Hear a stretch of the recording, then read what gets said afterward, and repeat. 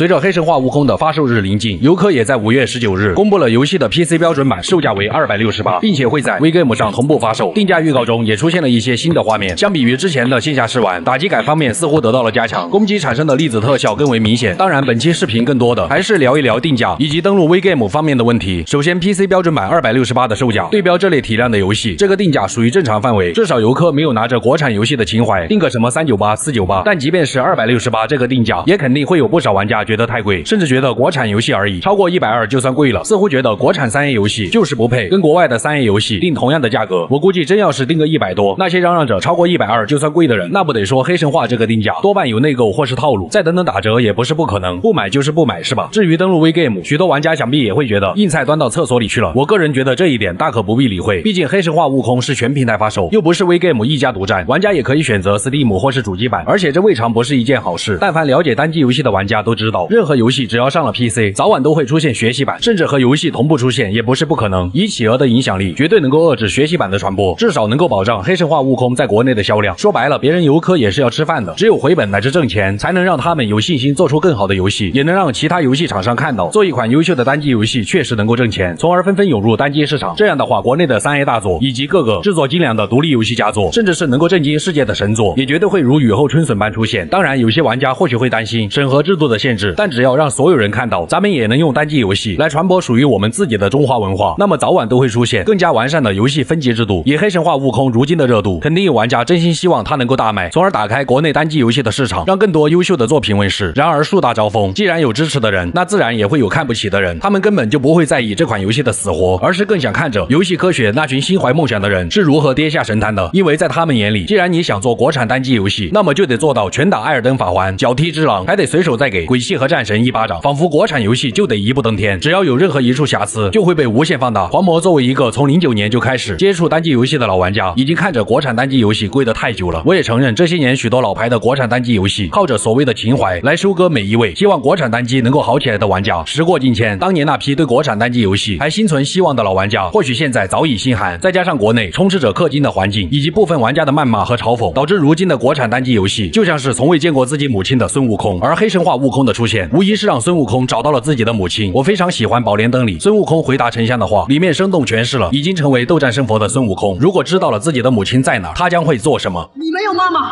失去妈妈的痛苦，你永远也不会明白。不明白？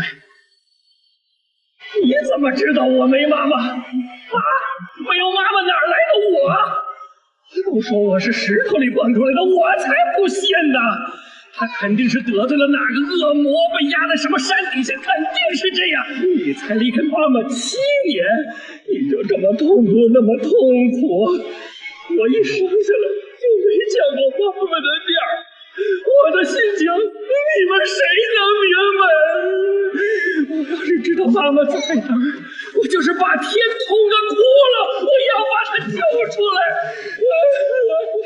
对呀，就像斗战胜佛说的那样，就算是把天捅个窟窿，他也要把母亲救出来。黑神话悟空现在做的不正是这个吗？他能不能捅开这天，让国内所有的游戏厂商以及那些瞧不起他的人们重新审视国产单机游戏，从而打开国内单机游戏的市场，让更多优秀的国产3A 大作出现，与我们这些真正热爱着单机游戏的玩家们可谓是息息相关。或许少一些谩骂和嘲讽，多一些理解和建议，才是我们现在该做的吧。黄魔希望有一天，我们也能拥有无数款优秀的国产3A 大作，不用在进入游戏的第一时间去找语言选项，也不用在玩上别人家游戏的时候整天感叹要是这游戏的背景设定在中国该多好。因为到那个时候，孙悟空已经找到了自己的母亲，国产3A 游戏也已经到了各类华夏题材百花齐放的时代。至于能不能看到这一天到来，那就得看黑神话悟空的总体质量以及喜欢这款单机游戏的玩家们所提供的销量了。我就是把